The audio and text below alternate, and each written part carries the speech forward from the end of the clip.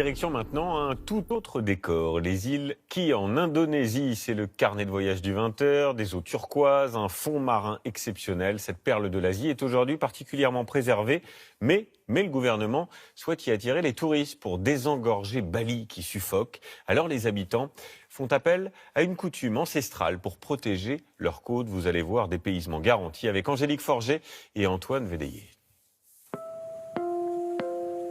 Perdu dans les eaux émeraudes de l'océan Indien, dans l'archipel des Moluques, les îles Kei, parmi les plus belles du monde. Des étendues de plages immaculées, des grottes inexplorées et une nature vierge. Un paradis caché, encore préservé du tourisme de masse. L'un de ces trésors, cette langue de sable qui ne se révèle qu'à marée basse. Ici, on l'appelle l'île Serpent. Gerrit Martin est indonésien. Il s'est installé ici il y a 30 ans et c'est toujours avec la même émotion qu'il admire le paysage. Regardez, je n'ai même pas besoin de décrire. Regardez ce qu'on a ici. Et pas seulement ici. Il y a plein d'îles comme ça autour. C'est... waouh! Ici, c'est comme un paradis. Aujourd'hui, Gerrit Martin gère avec son épouse un petit hôtel de plage. Ils n'ont que 4 chambres, mais affiche rarement complet. Car sur les îles Kei, les touristes sont rares. Mais ce n'est pas un problème pour Gerrit Martin. Moi, ce que je veux, c'est que les choses restent telles qu'elles sont. Je sais comment c'est à Bali, et je ne veux pas que ça devienne comme Bali. Pourtant, tout l'enjeu des autorités indonésiennes, c'est de développer le tourisme dans cet archipel pour justement désengorger Bali, l'île la plus touristique du pays. Ici, le gouvernement a fait construire un aéroport, des routes et développer un réseau 4G. Mais la population ne veut pas d'un afflux de visiteurs. Rudolf Retob est guide touristique. Sur son temps libre, il organise des réunions avec les communautés locales pour discuter de l'avenir qu'ils souhaitent pour leur île.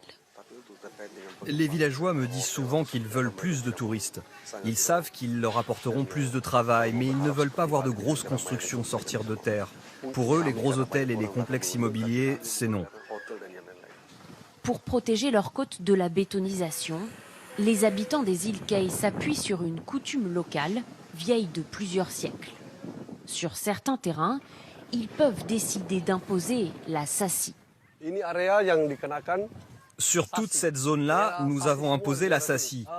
C'est-à-dire qu'ici, il est interdit de pêcher ou de construire quoi que ce soit comme des hôtels. Nous avons pris cette décision pour protéger le récif de corail. Et gare à ceux qui rompraient les codes.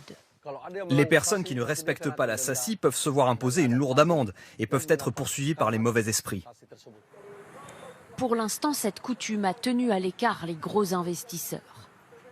Et aujourd'hui, un seul étranger vit sur cette île, Jan Oliver Lune. Allez, on va plonger. Originaire de Berlin, ce professeur de plongée est tombé amoureux de l'archipel il y a 5 ans et ne veut pas le voir se transformer. Les fonds marins, dit-il, sont parmi les plus beaux qui lui aient été donnés de voir. Davantage de touristes endommageraient cet environnement. Pour le moment, nous n'avons pas beaucoup de touristes, ce qui n'est pas bon pour nos affaires. Mais pour la plongée, c'est super. Si vous avez plus de touristes, vous avez plus de bateaux, plus de plongeurs, et cela abîme le récif et les plages. Et donc ici, ce serait vraiment différent. Avec leur faune et leur flore préservées, leurs plages abandonnées, les îles Kei sont un joyau que seuls 800 touristes étrangers ont eu la chance d'admirer l'an dernier.